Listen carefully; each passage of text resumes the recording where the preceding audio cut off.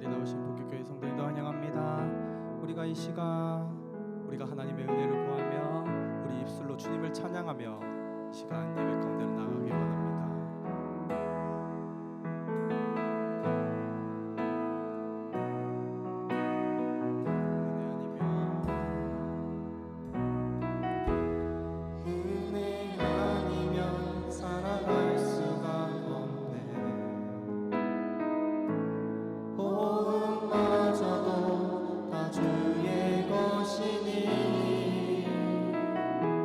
세상 평안과 위로는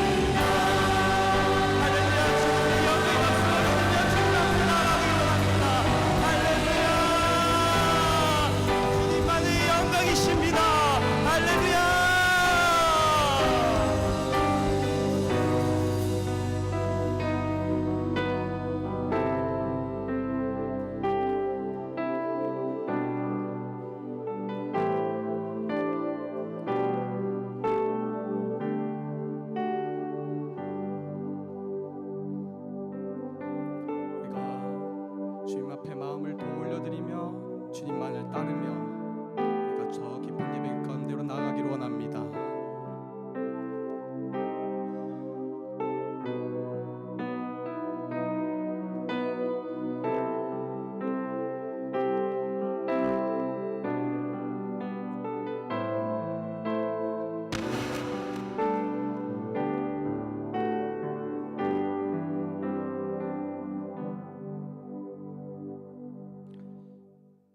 여호와는 나의 힘과 나의 방패이시니 내 마음이 그를 의지하여 도움을 얻었도다. 그러므로 내 마음이 크게 기뻐하며 내 노래로 그를 찬송하리로다. 여호와는 그들의 힘이시요 그의 기름 부음 받은 자의 구원의 요새이시로다. 주의 백성을 구원하시며 주의 산업에 복을 주시고 또 그들의 목자가 되시어 영원토록 그들을 인도하소서. 아멘. 하나님은 영이시니 예비하는 자가 영과 진리로 예비할지어다. 살아계신 하나님, 영으로 이 자리에 임하셔서 한 분 한 분 성령으로 만나 주시옵소서. 치유하시고 회복되게 하시고 소망과 믿음과 평강을 허락해 주시옵소서. 우리의 마음에 삶의 모든 그림자 두려움을 다 제거하시고 하늘의 소망을 가득 부어 주시옵소서. 하나님을로 예배를 통해서 영광 받아 주옵소서. 존귀하신 우리 구주 예수 그리스도의 이름으로 기도드리옵나이다. 아멘. 사도신경 신앙을 함께 고백하겠습니다. 나는 전능하신 아버지 하나님 천지의 창조주를 믿습니다. 나는 그의 유일하신 아들 우리 주 예수 그리스도를 믿습니다.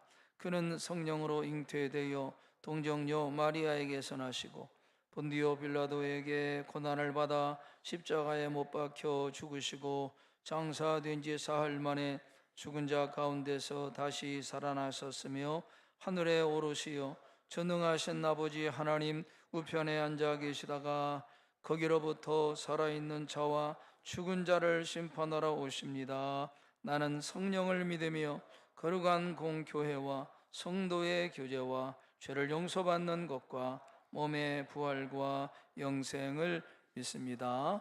아멘. 찬송가 93장 함께 찬양하겠습니다.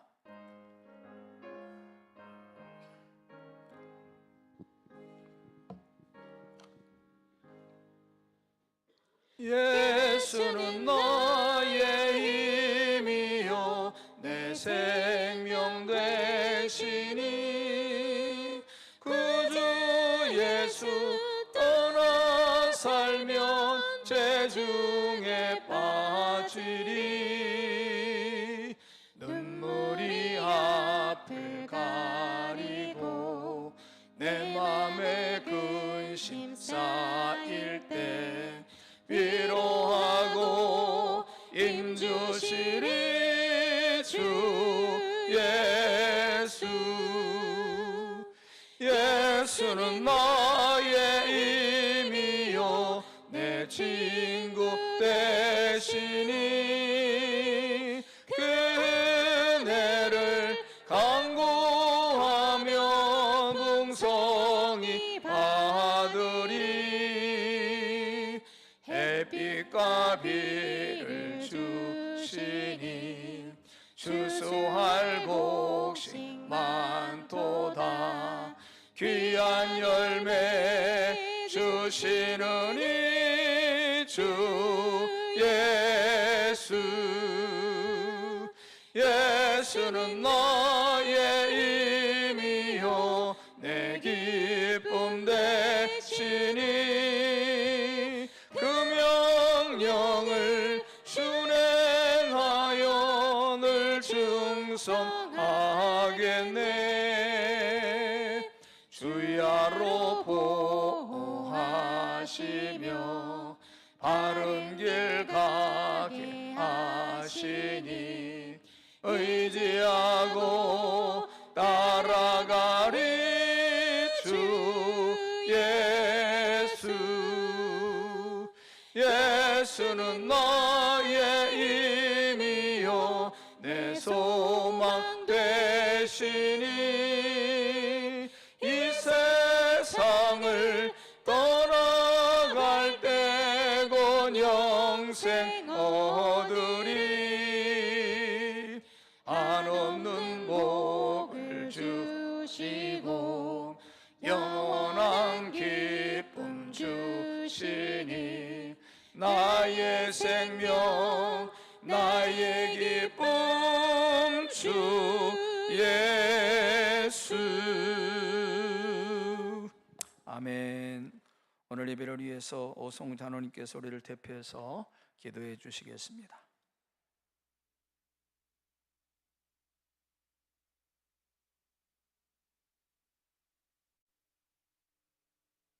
우리의 왕, 우리의 전부가 되시는 하나님 아버지, 주님의 크신 사랑으로 저희들을 인도해 주시고 이 거룩한 주일 주님 앞에 나와 예배하게 하시니 감사드립니다. 영원히 죽을 수밖에 없는 저희를 택하시고 자녀 삼아 주신 주님의 사랑을 찬양합니다. 지난 한 주간 저희의 부족함과 연약함으로 인해 주님을 기쁘시게 하지 못했음을 용서하여 주시옵소서. 마음과 생각과 말과 행동으로 죄를 지은 저희들의 모습임을 다시 한번 고백합니다. 시간 주님의 보혈로 씻어주시고 깨끗하게 하여 주시옵소서. 이 시간 주님께서 주시는 말씀을 통해 저희 마음을 새롭게 하시고 삶에 지치고 고난 우리에게 말씀으로 성령으로 찾아오셔서 우물가의 여인처럼 가람이 없는 구원자 예수님을 내 삶의 주인으로 모시고 살아갈 수 있는 모든 성도들이 다 되게 하여 주시옵소서. 이 땅을 복음으로 세우신 하나님 아버지, 우리나라와 민족을 불쌍히 여기사 고통받는 저들에게 위로를 더하여 주시옵소서. 그 교회를 위하여 기도드립니다. 저희 교회가 주님의 사랑을 나누는 빛과 소금의 역할을 감당하게 하시고 모든 성도가 주 안에서 함께 협력하여 다음 세대를 잘 양육하여서 주일학교가 날로 부흥되게 하시어 자녀들이 꿈을 꾸며 하나님을 경유하는 귀한 믿음으로 채워 주시옵소서. 또한 하나님, 성도들의 기도 제목들이 있습니다. 눌린 자에게 영육간에 치유받아 다시 회복되게 하시고 말씀과 순종으로 바로 서게 하시오며 작은 죄라도 회개하여 살아나게 하시고 만남의 축복으로 사업을 번창하게 하여 주시며 결혼의 문을 활짝 열어주시고 경건함으로 순산하게 하시고 강건함으로 순산하게 하시고 질병에서 치유받아 평강으로 기쁨으로 감사함으로 우리 하나님께 영광 올려드리는 행복한 성도들이 다 되게 하여 주시옵소서.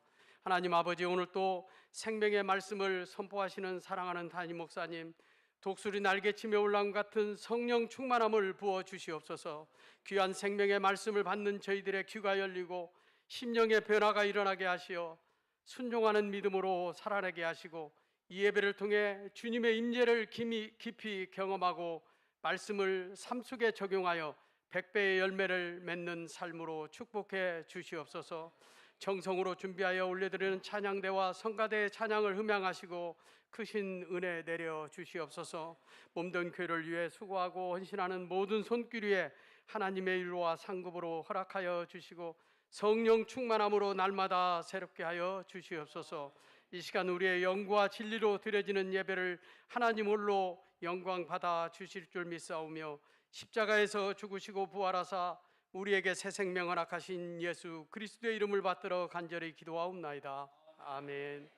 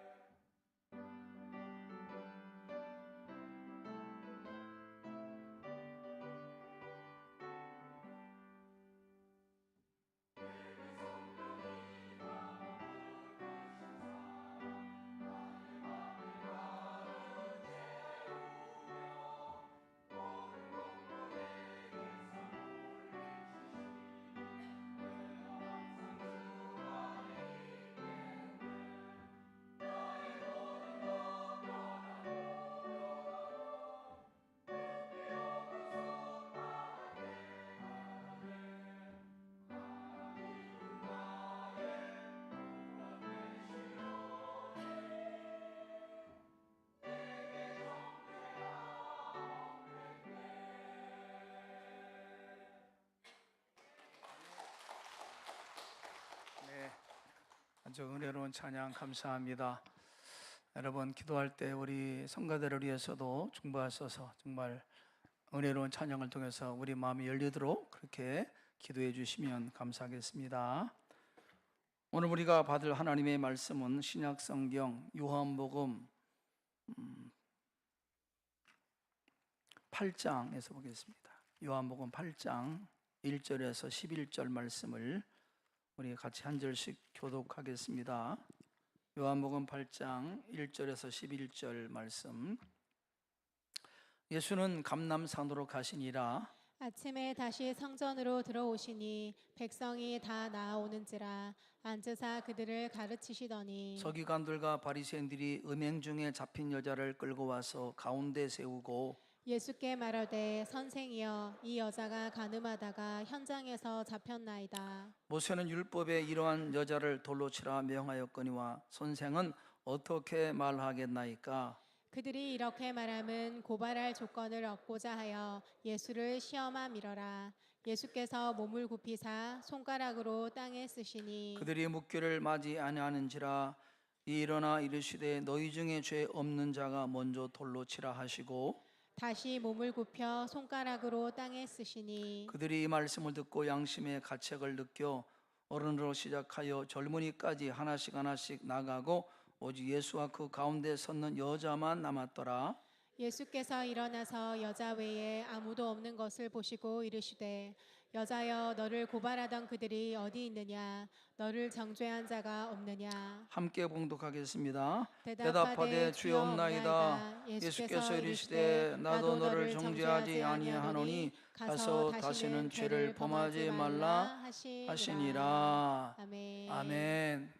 인생을 복되게 하는 요인이 많이 있습니다. 실력도 필요하고 열정, 태도, 성품, 꿈 이런 것이 인생을 복되게 요인이라고 할 수 있습니다. 그러나 그 중에서도 정말 중요한 것은 만남이에요. 만남. 누구를 만나는가 중요합니다. 실력도 있는데 성실한데 그 만남을 잘못 가져서 인생이 힘들더라고요. 그 만남의 복 중에서 최고의 복은 하나님이 보내신 구원자 주님을 만나는 것이 최고 복이라고 생각합니다. 저희 어머니께서 종종 하신 말씀이 있습니다. 저희 어머니가 고향이 천안인데 천안에서 중학교 다닐 때 기숙사를 해서 생활했답니다. 근데 기숙사에서 친구를 만났어요. 그 친구가 전도에서 처음 나간 교회가 천안성결교회예요. 천안성결교회. 그래서 그때부터 신앙을 시작했는데 얼마나 열심히 했는지 그 목사님이 참 처녀가 신앙이 특심하다고 중매를 서가지고 저희 아버님을 만나게 됐어요. 그래서 결혼해서 나중에 후에 세월이 한참 지나서 그 자기 고향 교회 단임 목회자로 가게 된 거예요. 처녀떡 다니던 그 교회, 어릴 적 다녔던 교회. 그리고 제가 91년도에 목사 안수 받은 것이 그 천안교회입니다. 하나님의 손이 얼마나 놀랍습니까? 그러면서 종종 하신 말씀이 내 인생의 최고의 축복이 그 친구를 만나고 친구를 통해서 예수 만난 것이 내 인생의 최고의 행복이다 그렇게 말씀하시더라고요. 주님 만난 것이 최고복이라는 거죠. 지난주에 우리 김재관 목사님이 하신 말씀 함께 나눴습니다. 한번 따라서 보겠습니다. 사람이 사람을 만나면 역사가 일어나고 사람이 하나님을 만나면 기적이 일어납니다. 그렇게 믿으십니까? 이 만남이 얼마나 중요한지 몰라요. 거지요 소경으로 소망이 없이 살던 바디메가 주님을 만남으로 인생이 완전히 바뀌었습니다. 돈의 도유로 살던 세리장사교회가 주님을 만남으로 인생이 완전히 달라졌어요. 흉악한 죄를 짓고 골고던 십자가에 처형당한 한 강도가 마지막 순간 주님을 만남으로 인생의 운명이 완전히 바뀌어졌습니다. 지난주에는 다섯 나편에 있었던 국절이 많은 인생을 산 사마리아 여인이 주님을 만남으로 그 안에 상처가 치유받고 전혀 새로운 사람이 되어요. 주님을 만나면 인생이 달라져요. 운명이 바뀌어지는 것입니다. 여러분, 주님을 만난 이야기의 공통점은 주님을 만나면 생각이 바뀌고 삶이 바뀌고 그 운명이 바뀌어진다는 사실입니다. 이런 건 개인뿐 아니라 가정도 마찬가지. 국가도 마찬가지입니다. 복음이 들어가면요 역사가 나타나요. 역사가. 가장 대표적인 나라가 우리나라입니다. 오랜 세월 가난과 무지와 질병과 무속신앙으로 소망이 전혀 없던 우리나라입니다. 근데 예수 복음이 들어오면서 선교사들이 학교를 세우고 병원을 세우고 교회에서 성경을 가르치고 찬송가를 가르치면서 글자를 떼고 문명이 퇴치되고 생각이 바뀌고 의식이 바뀌면서 할 수 있다는 믿음을 가지면서 습관을 버리고 죄를 버리면서 그 나라가 점점 새로워지고 변화가 된 것이 우리나라 근대화에 우리 기독교가 엄청 영향을 끼쳤습니다. 복음이 들어가니까 나라가 바뀌는 거죠. 그래서 역사적으로 보면 예수 복음이 들어가는 나라마다 세계 역사의 중심이 되는 것을 볼 수 있습니다. 바울이 전한 복음이 유럽에 들어가 유럽이 세계 중심의 세계 문화의 중심이 되었습니다. 복음이 영국에 들어가 영국이 해가 지지 않은 나라가 제 광국이 되었습니다. 그 복음이 미국이 들어가니까 미국의 청기도 신앙으로 나라가 얼마나 든든했었습니까? 그 복음이 우리나라도 얼마나 부강한 나라.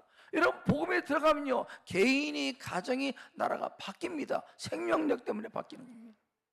복음을 듣고 죄를 버리고 안전습관을 버리고 근면하게 성실하게 살아가니까 하나님이 그 인생에 복을 주시는 것입니다. 여러분 중요한 것은 그저 단지 예수님을 엉터리로 적당하게 무늬만 예수를 믿는 것이 아니라 정말 제대로 성실하게 전심으로 주님을 믿으면요 인생에 달라지고 복을 받게 돼 있어요. 마치 밭에서 보화를 발견한 농부가 돌아가서 자신의 소유를 다 팔아 그 밭을 산 것처럼 전심으로 예수를 믿으면 역사가 일어나고 하나님의 기적을 보게 되는 것입니다. 전심으로. 오늘은 5번째 주님을 만난 이야기, 음악 현장에서 주님을 만난 이야기, 여인 이야기를 한번 나누겠습니다. 예수님께서 성전에서 사람들에게 이렇게 말씀을 가르치자 계실 때 그 당시 유대 종교 지도자들 서기관과 바리새인들이 가늠하다 현장에서 잡힌 여인을 끌고 주님 앞에 나왔습니다. 그 여인의 모습을 한번 상상해 보세요. 머리는 그어져 있고 두려움 속에 공포 속에 끌려왔습니다. 옷이나 제대로 입었겠습니까? 그렇게 모습으로 끌려왔어요. 그들이 말합니다. 선생이요, 이 여자는 가늠하다 현장에서 잡혔습니다. 모세는 율법에서 이런 여자를 돌로 치라고 하는데 당신은 어떻게 생각합니까? 이렇게 물었어요. 이들의 주장대로 구약 레위기 20장 10절에는 이런 말씀이 있습니다. 한번 읽어볼까요? 읽겠습니다. 시작. 누구든지 그의 며느리와 동침하거든 둘 다 반드시 죽일지니. 아니 10절 20장 10절. 누구든지 남의 아내와 간음한 자, 곧 이웃의 아내와 간음한 자는 그 남자와 여자를 반드시 죽일지니라. 그렇게 성경에 나와요. 율법에 그렇게 명했습니다. 하나님은 음행, 우상 숭배, 살인의 죄를 굉장히 엄하게 다루십니다. 음행의 죄를 다루십니다. 그러나 이들이 여인을 끌고 와서 이렇게 질문하는 데는요 그 불순한 속셈이십니다. 속셈. 6절 보니까 6절 읽어볼까요? 시작. 그들이 이렇게 말하면 고발할 조건을 얻고자 하여 예수를 시험함이라. 예수께서 몸을 굽히사 손가락으로 땅에 쓰시니. 이렇게 질문하면 주님을 고발하려고 불순한 동기를 가지고 주님께 아주 교묘한 질문을 던졌다는 거죠. 여인을 이용해서 교묘한 질문을 통해서 예수님을 빠져나올 수 없는 궁지에 모아 넣으려고 이렇게 질문했다는 것입니다. 타겟은 주님이요, 예수님이요. 예수님을 넘어뜨리려고, 주님을 제거하려고 그렇게 질문을 던진 것입니다. 서기관과 바리새인들의 분노한 것은 여인이 행한 음행 때문이 아니라 하나님이 정한 율법을 범했다는 안타까움 때문이 아니라 여인의 죄를 통해서 주님을 고발하고 함정에 빠뜨리려고 그런 목적을 가지고 질문을 던졌다는 것입니다. 교묘하죠. 여러분, 가끔 세상 언론이 대형교회, 비리, 목회자의 죄를 보도하는 경우를 많이 볼 수 있습니다. 그 목적이 무엇입니까? 교회가 세상에 빛이 되지 못함, 그 안타까움 때문이 아니라 성직자의 탈선과 타락이 안타까운 것이 아니라 그 속셈은 기독교를 음해하고 올무에 빠뜨리려는 그 목적 가지고 이렇게 보도하는 것입니다. 타인의 잘못을 비난하고 트집 잡아서 자신들의 의도한 불의한 목적을 달성하려는 그런 목적 때문에 그렇게 보도하는 거죠. 정말 안타까워서 하는 거 아니라. 그러므로 세상 언론이 교회나 목회자의 죄를 들추어서 신랄하게 비판하고 정죄할 때 생각 없이 정죄하고 그 비판에 동조하지 말고 안타까운 마음을 가지고 한국 교회를 위해서, 목회를 위해서 기도하시는 여러분에게를 축복. 기도하셔야, 함부로 비판하지 마십시오. 정죄하고 아닙니다. 기도하셔야 됩니다. 지금 서기관과 바리새인들이 주님께 당신 어떻게 생각하는가? 이 질문은 굉장히 정말 진퇴양난 어려운 질문입니다. 어려워요. 이렇게도 말할 수 있고 저렇게도 말할 수 있는 굉장히 어려운 질문입니다. 만약에 예수님께서 간음의 현장에서 잡힌 여인을 그냥 용서하고 놓아주라고 하면 이들은 모세 율법을 무시하고 어겼다고 난리를 치고 주님을 율법을 거역한 자라고 고발할 것입니다. 율법은 그렇게 말하지 않으니까. 반대로 예수님께서 그 여인을 율법에 명한 대로 돌로 치라고 하면 당시 사형 집행 권한은 로마 정부였기 때문에 로마법을 어긴 죄로 로마 당국에 고발할 것입니다. 그것도 죄가 돼요.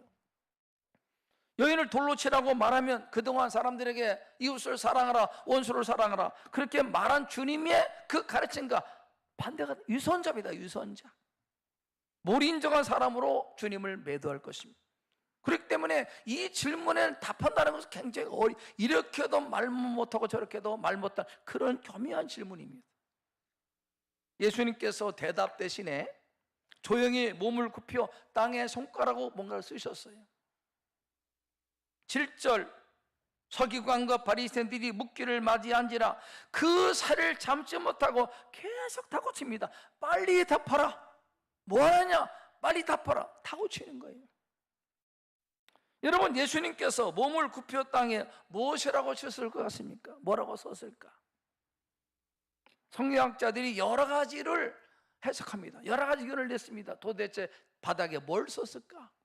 가장 많은 견해가 인간들이 범하는 죄악들을 썼을 것이다. 미움과 거짓과 음행과 탐욕과 이성과 시기, 질투, 방탕함을 썼을 것이다. 그렇게 많은 학자가 얘기했습니다. 두 번째 의견은 남자는 어디 있느냐 했을 것이다. 간음이라고 하는 죄는 혼자서 짓는 죄가 아니라 상대가 있잖아. 그 남자는 어디 있는가? 왜 여자만 끌고 왔는가? 그렇게도 우리가 생각할 수 있습니다. 그러나 성경은 예수님이 몸을 굽혀 땅에 뭐라고 썼는지 기록이 없습니다. 침묵하십니다. 뭐라고 썼는지 아무도 몰라요. 몸을 일으키신 주님께서 빨리 대답을 하고 다고치는 그들에게 이렇게 말씀하십니다. 너희 중에 죄 없는 자가 먼저 돌로 치라. 유명한 말이죠. 너희 중에 죄 없는 자가 먼저 돌로 치라. 이렇게 말씀하셨어요. 그러자 이상한 광경이 벌어졌습니다. 성난 표정으로 여인을 둘러싸고 용감하고 의로운 사람이나 된 것처럼 의기양양 여인을 향해서 금방이라도 돌을 던지려고 했던 사람들이 양심의 가책을 받고 하나둘 다 자리를 뜹니다. 떠요. 다 아무도. 오직 그 자리엔 예수님과 여인만 남았습니다. 11절 12절 한번 읽어볼까요? 읽겠습니다. 시작. 대답하되 없나이다. 예수께서 이르시되 나도 너를 정죄하지 아니하노니 가서 다시는 죄를 범하지 말라 하시니라. 예수께서 또 말씀하시되 이르시되 나는 세상의 빛이니 나를 따르는 자는 어둠에 다니지 아니하고 생명의 빛을 얻으리라. 예수님께서 그 여인을 정죄하지 아니하고 용서하시고 가서 다시는 죄를 범하지 말라 그렇게 말씀하셨습니다. 여러분, 바울은 로마서에서 전에 기록한 모든 말씀은 우리의 교훈을 위함이다 그랬어요. 우리의 교훈을 위함. 이 말씀을 기록한 것은 우리의 교훈을 위해서. 가늠하다 현장에서 잡힌, 그래서 예수님 앞에 서게 된 여인 이야기를 통해서 우리들에게 주님께서 뭘 교훈하시는가, 뭘 깨닫습니까? 첫 번째는요, 따라서 인간은 모두가 하나님 앞에 죄인이다. 죄 없는 인간은 아무도 없다, 그 얘기예요. 바울이 말합니다. 모든 사람이 죄를 범했음에 의인은 없나니 하나도 없다, 그렇게 로마서에서 말. 모든 사람이 다 죄를 지었다는 거예요. 모든 인간이 죄인인데 들킨 죄인과 아직 들통나지 않은 죄인이 있을 뿐이다, 그렇게 이야기해요. 드러난 죄인과 드러나지 않는 죄인, 발각된 죄인과 발각되지 않는 죄인이 있을 뿐이다, 그렇게 얘기합니다. 가늠하다 현장에 붙잡힌 여인을 향해서 돌을 던지려고 했던 사람들이 너희 중에 죄 없는 자가 돌로 치라는 주님의 말씀에 양심의 가책을 받아 자기 안에 있는 온갖 죄악들, 탐욕과 정욕과 음란과 거짓과 위선과 미움과 온갖 불의한 생각들을 깨닫고 돌을 내려놓고 자리를 떠났다는 겁니다. 양심의 가책을 받고. 저는 군대 생활을 서울 경찰청 기동대에서 했는데 그 기동대 주 임무는 대모지랍 부대입니다. 대모지랍. 대학교에서 산업 현장에서 데모할 때 그 데모를 막는 임무가 우리 부대 임무예요. 기동대입니다. 기동대. 온갖 불의한 부정부패 죄들을 나열하면서 핏대를 세우고 정의를 외치는 시위대. 무섭습니다. 무서워요. 정의, 부정부패를 외칩니다. 그런데 그 입에서 나오는 말들을 보면요, 무시무시합니다. 정의를 외치는 사람들이 뭘 말하는가? 저주의하고 온갖 욕설을 퍼붓고 폭력을 행사하고 정의를 외치는데 정작 자기들은 정의를 외치 못한 겁니다. 온갖 불법을 당해요. 시대가 떠난 자리는 쓰레기로 가득하고 그들 마음에 음란과 거짓과 온갖 더러운 것이 가득한 거죠. 정의를 외치는 그들의 마음속도 여전히 불의하다는 겁니다. 정의롭지 못해요. 폭력을 행사하고 저주를 퍼붓고 온갖 욕설을 다 퍼붓고 무엇이 정의입니까? 정의. 여러분, 신앙의 출발은 하나님의 말씀 앞에서 온갖 죄와 불의함으로 가득한 자신의 모습을 발견하고 인정하는 데서 신앙은 출발합니다. 나는 하나님 앞에 죄인입니다. 나는 죄인입니다. 이것이 신앙의 출발입니다. 의롭다 하는 사람은요, 하나님의 긍휼을 받을 수 없습니다. 나는 죄인입니다. 말씀 앞에 나는 하나님 앞에 죄인입니다. 하나님의 긍휼을 의지하는 것. 통에 자복하는 마음. 그럴 때 주께서 그 심령에 은혜를 부으시는 겁니다. 이 이야기를 통해서 받는 첫 번째 교훈은 죄 없는 인간은 아무도 없다는 것이. 모든 인간은 다 죄인이. 저도 마찬가지, 여러분도 마찬가지. 다만 발각되지 않았을 뿐, 들통나면 너 다 죄인이죠. 두 번째, 너희 중에 죄 없는 자가 돌로 치라는 말은 오직 죄 없으신 주님만이 할 수 있는 말씀입니다. 가끔 잘못을 범한 사람이 다른 사람을 이렇게 말합니다. 너희 중에 죄 없는 자가 나귀들을 던지라, 이렇게 말해요. 뻔뻔한 거죠. 이 말씀은 오직 죄 없으신 주님만이 할 수 있는 것이지 죄를 지은 사람이 할 말은 아니에요. 자신이나 누군가의 죄를 합리화, 변명을 위한 수단으로 이 말을 이용해서는 안 된다. 죄를 범한 사람은 이 말을 할 수가 없는 이야기예요. 죄인이 인간이 할 수 있는 것은 오직 하나님의 긍휼과 자비를 구할 뿐이지 이 말을 할 수가 없다는 이야기입니다. 그런데 종종 사람들이 자기의 죄를 합리화, 변명하려고 그렇게 말합니다. 너희 중에 죄 없는 자가 나를 치라. 아니죠. 이 말은 오직 하나님만이, 주님만이 할 수 있는 말씀이에요. 이 말을 자신의 죄를 감추거나 변명하거나 합리화하기 위한 악용해서 안 된다 그러면 악용해서는 안 되는 말입니다. 오직 주님만이 할 수 있는 말씀이에요. 또 하나 이 사건을 통해서 받는 교훈은 죄는 감추어지고 들통나지 않는 것이 복이 아니라 죄가 드러나 용서받는 것이 은혜라는 것을 깨닫게 되는 것입니다. 여인이 성전 안에 말씀을 전하는 주님 앞에 끌려와서 주님으로부터 죄를 용서받고 구원의 은혜를 받게 된 것은 전적으로 그 죄가 드러났기 때문에 주님 앞에 나오게 되고 용서받은 것이죠. 여인의 어떤 선행, 의로움 때문에 주님 앞에 인정받은 것이 아니라 죄가 드러나서 끌려왔고 주님을 만났고 주님에게 용서를 받은 것이, 그래서 새로운 삶을 살게 된 것입니다. 죄가 드러남으로 성전 안에 끌려오게 되었고 주님 앞에 서게 되었고 주님으로부터 용서와 새로운 삶을 은총으로 받게 되었다 이야기입니다. 만약에 여인의 죄가 드러나지 않았다, 들통나지 않았다면요, 여인은 계속해서 그런 음행의 죄를 범할 겁니다. 그 죄에 매여서 죄를 범하며 죄책감과 불안과 두려움과 가운데 죄를 용서하지 못하고 구원받지 못한 인생을 계속 살았을 것이죠. 근데 죄가 드러났기 때문에 용서받고 구원을 받게 된 것입니다. 비록 죄 중에 죄가 들통나서 수치가 드러남으로 끌려왔지만 그 때문에 성전 안에 오게 되었고 주님 앞에 서게 되었고 주님으로부터 죄를 용서받고 구원의 은혜를 받아서 새로운 인생으로 새로운 생명을 살게 되었다는 것 때문에 죄가 감춰주는 것이 은혜가 아니라 죄가 드러나 용서받는 것이 은혜입니다. 이게 복이에요. 제가 어릴 적에 부산에서 교회를 다녔는데 제 모교 부산 동강교회를 다녔습니다. 근데 그 교회에 피택 장로님이에요. 피택 안 집사님인데 장로로 피택 받은 분입니다. 이분이 주일날 예배 끝나고 이제 목사님 계시니까 나가다가 몸을 굽히다가 셔스에 있는 담뱃갑이 떨어져요. 담뱃갑이, 이 셔스에 담뱃갑이 떨어져가지고 담배 계피가 바닥에 떨어졌습니다. 피택 장로님인데 사람들이 많이 봐서 목격했습니다. 얼마나 창피했습니다.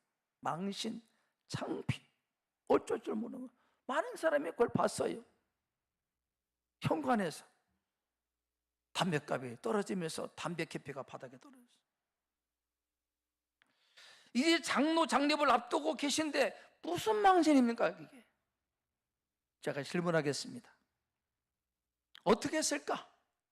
1번, 이게 무슨 망신이냐, 창피냐, 더 이상 교회에 못 나가겠다. 그날로 더 이상 교회를 나오지 않게 되었다. 1번. 2번, 그날 사건 이후에 자신의 삶을 돌아보면서 그날 망신은 우연이 아니라 하나님께서 나를 깨우치시고 그 습관 끊으라고 하신 것이다. 그날 이후에 독하게 담배 끊고 정말 신실한 성도로 거듭나 훌륭한 장로님이 되었다. 몇 번이겠습니까? 어떻게 하세요? 봤습니까? 그래요. 1번을 택한 사람도 많이 있습니다. 자존심, 무슨 망신, 창피, 너희들은 안 피워? 너 중에 죄 없는 자가 불러쳐. 이렇게 말하고 신앙을 끊는 사람 많이 있어요. 근데 이 사람은요 깨달았어.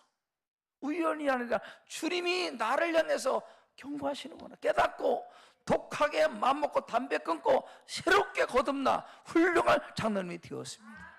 이게 중요합니다. 이게 중요한 거예요. 구약 성경에 다윗 왕이 왕의 권력을 이용해서 남편이 있는 아내를 취했습니다. 그 죄를 은폐하려고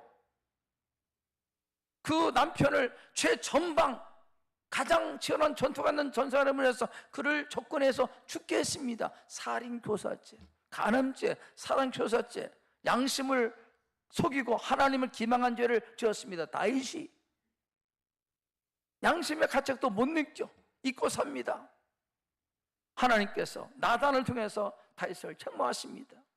무섭게 책망하셔요. 내가 어찌하여 여호와의 말씀을 업신여기고 나보게 악을 행했는가? 그제서야 말씀을 듣고 그제서 다윗이 깨닫고 회개하며 철저하게 회개합니다. 내가 하나님 앞에 죄를 범했습니다. 여러분 변명하지 않고 왕이니까 내가 왕인데 뭐 그까지 것까지 할 수 있습니다. 근데 그 다윗이 그 말씀 앞에 무릎을 꿇어 내가 하나님 앞에 죄를 범했습니다. 여러분 죄는 하나님의 말씀을 멸시하는 것이고 하나님을 무시하는 겁니다. 따라서 죄는 하나님의 말씀을 멸시하는 것이고 하나님을 무시하는 것이다. 이게 죄입니다. 죄. 이게 죄. 다윗이 깨달았어. 내가 어찌해서 나를 멸시하고 말씀을 거역했는가? 무서운지 다윗이 철저하게 하며 하나님, 내가 하나님 앞에 죄인입니다. 깨닫고 회개해요. 시편 32편 1절 말씀을 보겠습니다. 읽겠습니다. 시작. 허물의 사함을 받고 자신의 죄가 가려진 자가 복이 있다. 무엇이 복입니까? 죄가 들통나지 않고 죄를 가리는 것이 아니라 죄가 드러나고 그 죄가 용서받은 사람이 복입니다. 이게 복이에요. 여러분, 병도 상처나서 고름이 들었는데 계속 방치하면요 썩어요. 썩어. 아프더라도 그 상처를 닦아내고 고름을 짜내야 치유됩니다. 죄는요 드러내야 돼. 치유받아야 됩니다. 들통나지 않은 것이 복이 아니에요. 아닙니다. 드러나야 돼. 그래서 용서를 받아야 복인 것입니다. 성도 여러분, 죄가 들통나지 않은 것이 좋은 게 아니라 오히려 드러나지 않는 죄 때문에 더 깊이 죄악의 수렁에 빠지게 되고 죄책감과 불안과 두려움과 평안을 잊어버리게 되고 마귀의 종으로 전락하게 된다는 게 죄가 드러나야 복입니다. 치유받아야 복이에요. 용서받아야 되는 것이에요. 하나님의 말씀을 통해 죄에 대해서 애통하고 통회하고 죄를 인정하고 자백하여 죄를 용서받고 죄에서 벗어나는 것이 복임을 믿으시 바랍니다. 어떻게 죄를 드러냅니까?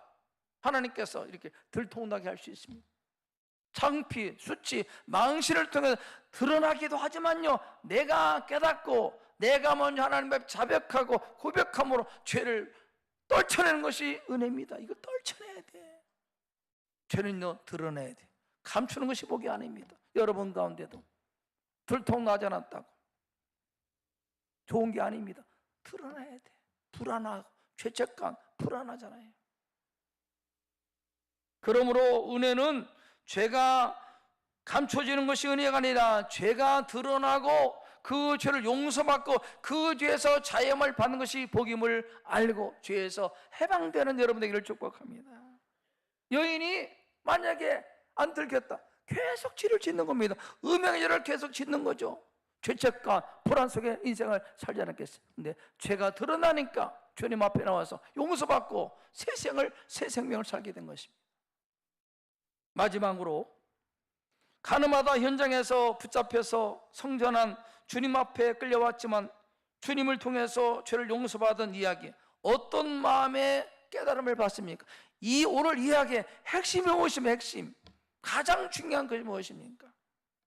죄를 지어도 주님은 나를 정죄하지 않고 죄를 용서해 주시고 구원해 주시는구나, 이겁니까? 맞는 말입니다.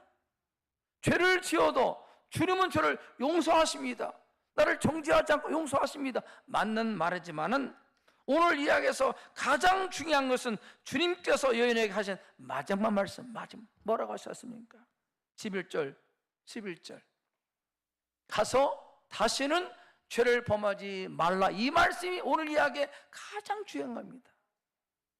주님은 죄를 정죄하지 않고 내 죄를 용서하시는 분이지만은요, 더 중요한 것은 가서 다시는 죄를 범하지 말라. 이 말씀이 중요한 말씀이에요. 예수님께서 여인의 죄를 용서해 주신 것은 죄를 묵인하고 용납하신 것이 아니라 간음죄가 별것 아니라는 의미가 아니라 이제 더 이상 죄의 종으로 살지 말고 새롭게 하나님의 종으로 살라고 하는 그런 길을 주신 것이 용서입니다. 용서의 목적은 그거예요. 남편이 외도했어. 외도 바람 폈어요. 부인이 자식을 생각하고 그래서 남편을 용서해 줬어. 남편이 생각하고 외도해도 괜찮네? 그렇게 생각하면 나쁜 놈이죠. 아닙니다. 그렇게 여인이 아내가 남편의 죄를 용서한 것은 이제는 다시는 죄를 짓지 말라고, 새롭게 살라고, 그래서 용서한 것이지, 용서해 줬다고 괜찮네? 그거 아니죠. 그 여인이, 그 아내가 남편의 죄를 묵인한 것이 아닙니다. 용서해 주신 것은 다시는 죄를 짓지 말라고 길을 준 것입니다. 그거예요. 그럼 오늘 이야기의 핵심은요, 주님이 죄를 정죄하지 않고 용서하셨다. 더 나아가서 다시는 죄를 범하지 말라, 이것이 이야기의 핵심입니다. 다시는 죄를 범하지 말라 이야기. 왜 용서하십니까? 다시는 그런 죄를 짓지 말라고 새롭게 기회를 주시는 겁니다. 우리 모두는 주님으로부터 용서받은 죄인들입니다. 우리 모두가 다 죄인인데 용서를 다 받았어요. 결통이 나지 않을 뿐 우리 삶과 마음과 생각에 음란과 미움과 탐욕과 거짓과 교만과 남을 판단, 비난, 정죄, 온갖 불의한 죄가 우리 마음에 가득합니다. 부인할 수 없어요. 그런 우리들을 우리 주님께서 십자가에서 피 흘리시고 몸 찢겨 다 용서해 주셨습니다. 왜입니까? 왜 용서하십니까? 그 죄를 묵인한 게 아닙니다. 괜찮다는 것이 아니라 다시는 그 죄를 짓지 말라고 용서하신 거죠. 다시는 그렇게 하지 말라고 기회를 주신 것입니다. 더 이상 죄의 종으로, 정죄의 종으로 살지 말고 하나님의 자녀, 거룩한 삶을 새롭게 살라고 길을 주신 것이 용서입니다. 용서.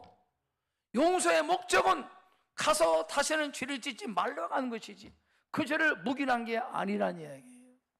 우리는 회개를 굉장히 가볍게 생각합니다. 회개하면 되지. 아닙니다, 여러분. 이제는 피 흘리기까지 죄와 싸워 죄를 물리치고 우리를 용서하신 주님의 사랑의 은혜에 감사하면서 죄와 싸워서 이기는 삶을 결단한 여러분 되기를 축복합니다. 죄를 지어도 용서받는구나. 그게 아니라 다시는 죄를 범하지 말라. 이야기 핵심이 그건 다시는 죄를 범하지 말라는 거예요. 더 이상 죄에게 매어서 종로로 타지 않겠다 다짐하지만 결심하지만 우리 안에 죄성이 얼마나 지독한지 쉽지 않습니다. 결심해도 쉽지 않습니다. 여러분 그때마다 십자가 의지하시고 우리 안에 우리를 도우시는 성령을 의지하면서 그 죄와 싸워서 유혹을 물리치고 성령을 의지함으로 이기시는 여러분들을 축복합니다. 넘어지더라도 다시 십자가 붙들고 일어서야 돼. 회개하고 일어서야 됩니다. 괜찮은 게 아닙니다, 여러분. 내 의지를 죄에게 드리지 말고 성령에 드려서 말씀에 드림으로 죄와 싸워서 이기는 그런 삶을 살아가는 저와 여러분 되기를 축복합니다. 혹시 의지가 약해서 죄 유혹에 넘어질 때면 죄 없는 자가 돌로 치라 변명 합리하지 말고 주님 앞에 나와서 내가 죄를 지었습니다 인정하고 자백하고 그래서 주님이 주시는 용서를 통해서 새롭게 다시는 죄와 넘어지지 않고 새롭게 죄와 싸워 이기는 삶을 결단하셔야 용서가 의미가 있는 것이죠. 오늘 말씀을 정리하겠습니다. 여러분 복음이 들어가면 개인이 가정이 국가가 변합니다. 국가가 중요한 것은 복음을 정말로 믿으면 여러분 복음은 생명력이 있어서 복음에 들어가면요 개인이 가정이 사회가 국가가 변합니다. 그렇게 믿으십니까? 중요한 거죠. 정말 믿어야 돼요. 정말 믿어야 돼요. 전심으로 복음을 의지하고 복음을 믿어야 그렇게 되는 겁니다. 무늬만 적당히 아닙니다. 전심으로 밭에서 보화를 발견한 농부처럼 전심을 다해서 내 전부를 올인해야 그런 복을 누리는 겁니다. 적당히 아닙니다. 무리만 아닙니다. 진짜로 전심으로 복음이 진짜라면요 거기에 목숨을 걸어야 돼요. 진짜라면 알면서도 적당히 신앙생활 적당히 예배도 적당히 기도도 적당히 말씀도 듣지만 적당히 그러면 그런 기적을 경험 못하는 겁니다. 전심으로 내 전부를 걸어야 하나님의 기적을 보는 거예요. 예수 믿어도 소용없다 그런 사람은 대부분 적당해요. 적당히 무리만 그리스도 적당 전심으로 복음이 진짜다 생명이 있다 구원이 있다 믿으면요 거기에 내 삶을 걸어야 하나님께서 역사를 하시는 것입니다. 죄 없는 사람은 아무도 없습니다. 모든 인간은 하나님 앞에 다 죄인입니다. 깨닫고 인정하고 시인할 때 주님의 은혜가 임하는 것입니다. 죄 없는 사람이 돌로 치라는 말씀은 죄인이 할 말이 아닙니다. 죄 없으신 예수님만이 하실 말씀입니다. 이런 말로 자신의 죄를 변명 합리하지 말고 하나님 앞에 겸손히 무릎을 꿇는 우리 모든 성도 되기를 축복합니다. 죄가 들통나지 않은 것이 복이 아닙니다. 하나님의 말씀 앞에서 죄가 드러나고 그 죄를 용서받고 새롭게 사는 것이 그 진짜 복입니다. 진짜 복이에요. 종주 운전하다가 교통 신호에 걸리거나 경찰과 들킵니다. 그럼 대부분 사람들이 어떻게 생각합니까? 재수 없다 그래요. 재수 없다. 재수 없는 것이 아니라 그걸 고치라는 겁니다. 고쳐야 돼요. 재수가 아닙니다. 그 법을 어겼기 때문에 내가 죄를 지어서 걸린 것이죠. 근데 많은 사람들은 재수 없이 걸렸다고. 아닙니다, 여러분. 고쳐야 됩니다. 죄가 드러나는 것은 하나님께서 이렇게 드러내기도 하시지만 내가 인정하고 죄를 자백하고 죄를 처리해야 주님의 은혜가 임하고 그것이 복인 줄 믿으시 바랍니다. 오늘 이야기에서 가장 중요한 것은 용서가 아니라 가서 다시는 죄를 짓지 말라는 말씀. 왜 용서하십니까? 그 죄가 괜찮다는 것이 아닙니다. 더 이상 죄를 짓지 말라고 용서하신 것이. 우리 모두 용서받았습니다. 왜 용서하셨습니까? 이제 새롭게 살라고. 더 이상 죄의 종이 되지 말고 하나님의 말씀을 살라고 우리를 용서하신 것입니다. 용서받은 자라서 이렇게 새롭게 삶을 살아 죄와 싸워서 이기는 그런 승리의 삶을 살아가시는 우리 모든 성도 될 수 있기를 주의 이름으로 축원합니다. 기도드리겠습니다. 이날을 하나님이 구별하시고 우리를 주 앞에 부르셨습니다. 말씀을 통해 우리의 모습을 보고 깨닫게 하시니 감사합니다. 예수가 진짜고 하나님 보내신 구원자요, 복음이 생명이었음을 믿는다면 이 복음에 나의 전부를 거는 저희가 되게 하시옵소서. 적당히가 아니라 무늬만 그리스도인이 아니다. 밭에서 보화를 발견한 농부가 전심을 다해 전부를 팔아 그 밭을 산 것처럼 복음 예수에게 네 인생을 걸게 도와주시고 그때 하나님의 기적을 보게 될 줄로 믿습니다. 우리 모두는 하나님 앞에 죄인입니다. 하나님 앞에 나는 죄 없다 말할 사람이 어디 있습니까? 그것을 인정하고 하나님의 긍휼을 구하는 저희가 되게 도와주시옵소서. 죄 없는 사람이 어디 있느냐? 이런 말로 자신의 죄를 변명 합리화하지 않게 하시고 하나님 앞에 죄인입니다 고백하는 인정하는 저희가 되게 도와주시옵소서. 죄가 발각되지 않는 것이 복이 아니다. 하나님의 말씀 앞에서 죄가 드러나고 그 죄를 주님의 사로 용서받고 새롭게 사는 것이 복임을 깨닫게 하시니 감사합니다. 핑계하고 변명하고 합리하지 않게 하시고 맞습니다. 하나님 앞에 내가 죄인입니다 고백하며 그 십자가 사랑을 의지하는 우리 성도 되도록 도와주시옵소서. 우리를 용서하시면 죄를 지어도 괜찮다는 것이 아니다. 우리를 용서하시면 죄를 묵인함이 아니라 가서 다시는 죄를 범하지 말라는 하나님의 사랑임을 잊지 않게 하시고 이제는 죄와 싸워서 이기는 삶을 살 수 있도록 주의 성령님이 도와주시옵소서. 연약해서 어리석어서 넘어지더라도 변명하지 않고 통회하고 자복하고 다시 일어서는 십자가 붙들고 일어서는 우리 성도 되도록 주님 은총을 베풀어 주셔서 이제는 새롭게 거룩함으로 살아가는 우리 성도 될 수 있도록 주님 도와주시옵소서. 그렇게 하실 주님을 찬양하며 예수님의 이름으로 기도드리옵나이다. 아멘. 십자가 그 사랑 복음성가 우리 찬양팀 함께 찬양해 주시면 감사하겠습니다. 가사를 생각하시면서 함께 찬양하겠습니다.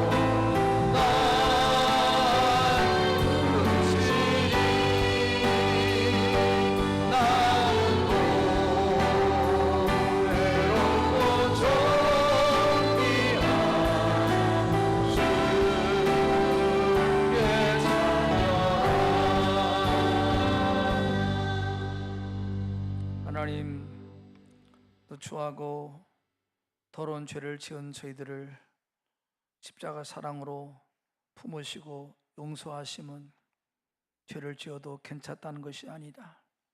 다시는 죄를 짓지 말고 새롭게 살라고, 거룩하게 살라고 하심을 깨우쳐 주시니 감사합니다. 그 사랑, 용서 받았사오니 주님의 사랑을 배신하지 않고 이런 죄와 싸워서 이길 수 있도록 주의 성령님이 힘을 허락해 주시옵소서.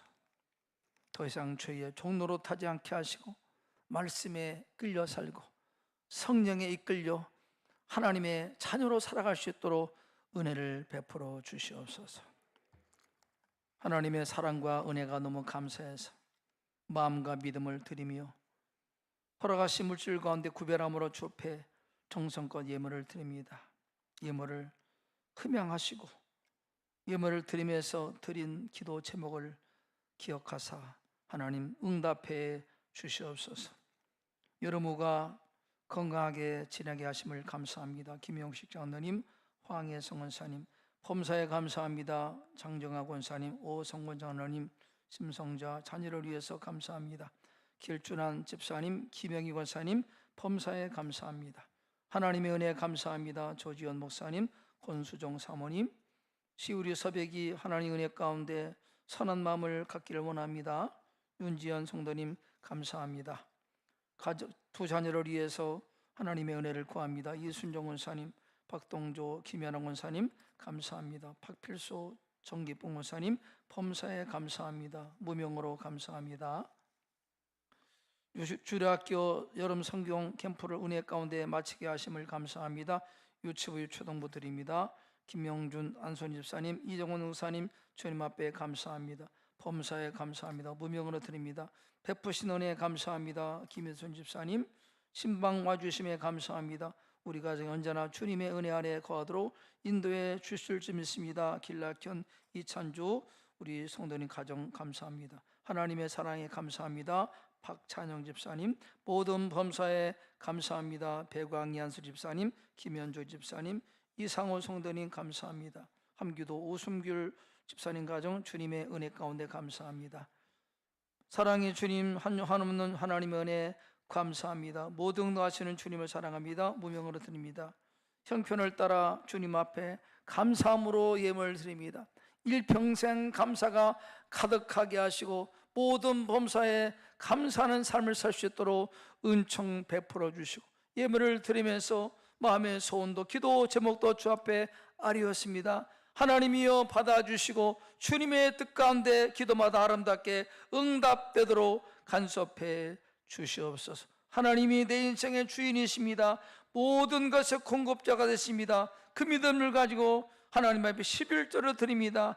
약속대로 그 삶이 넉넉하게 풍성하게 재정적으로 어렵지 않도록 그때마다 주께서 채워주셔서 이 땅을 살아갈 때 하나님과 사람 앞에 넉넉한 부유한 인생 될 수 있도록 은총을 내려 주시옵소서. 주님의 전에 헌당을 위해서 정성껏 예물 드립니다. 그 힘을 흠양하셔서 인생 성전도 아름답게 건축되게 하시고 주께서 필요를 따라 주님의 은혜 가운데 물질을 공급하셔서